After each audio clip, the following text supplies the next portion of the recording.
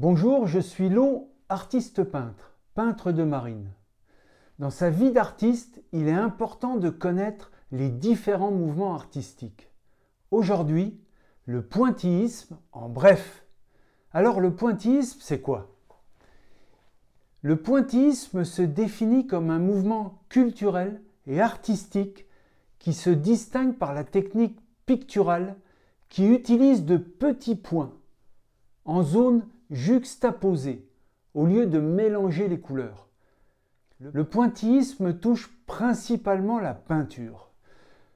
Plusieurs principes ressortent du pointillisme. En un, ce sont de petites touches de couleurs. En deux, les couleurs sont juxtaposées les unes aux autres et non mélangées. En trois, l'illusion parfaite est créée par le contraste simultané des couleurs, ce qui fait qu'un point jaune à côté d'un point bleu donnera l'illusion du vert. Le pointillisme est apparu avec Georges Seurat, qui en fait un système dans les années 1880. Paul Signac, lui, il l'a théorisé sous l'appellation de divisionnisme, avec l'usage de couleurs pures et une théorie de la couleur et du contraste pour peindre de façon plus lumineuse. C'est pourquoi le divisionnisme est aussi appelé le chromoluminarisme. Le procédé et le discours de Signac ont séduit pendant quelques années en France et en Belgique. Plusieurs artistes ayant utilisé le pointillisme ou le divisionnisme ont néanmoins été classés dans le néo-impressionnisme. C'est le critique d'art Félix Fénéon, en 1886, qui va utiliser le terme néo-impressionnisme, c'est-à-dire qui découle de l'impressionnisme.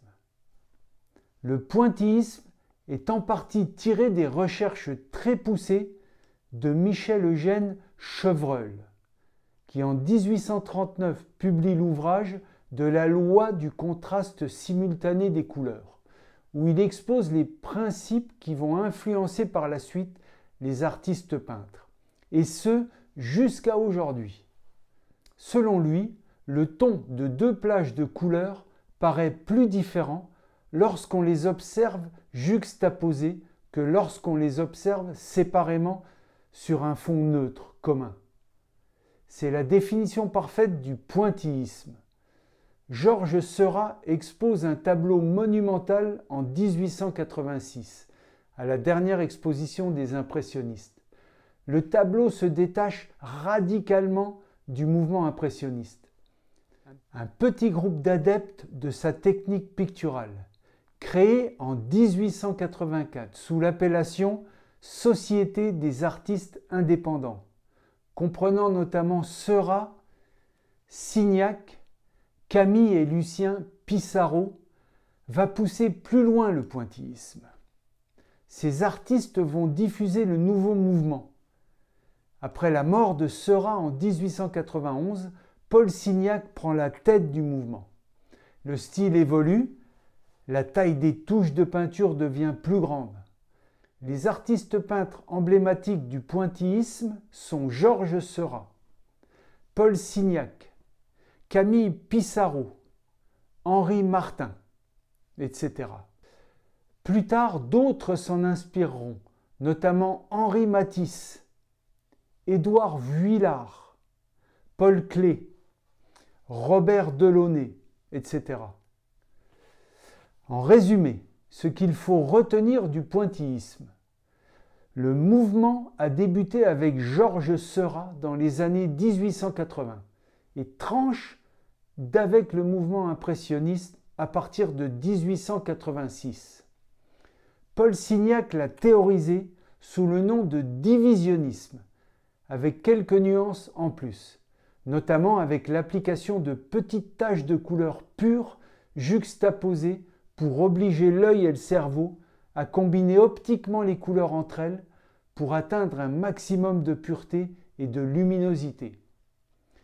Plusieurs artistes y ont adhéré, bien qu'ils aient été classés dans le courant artistique dit néo-impressionniste. Le procédé se base sur les recherches poussées de Michel-Eugène Chevreul et sur d'autres écrits.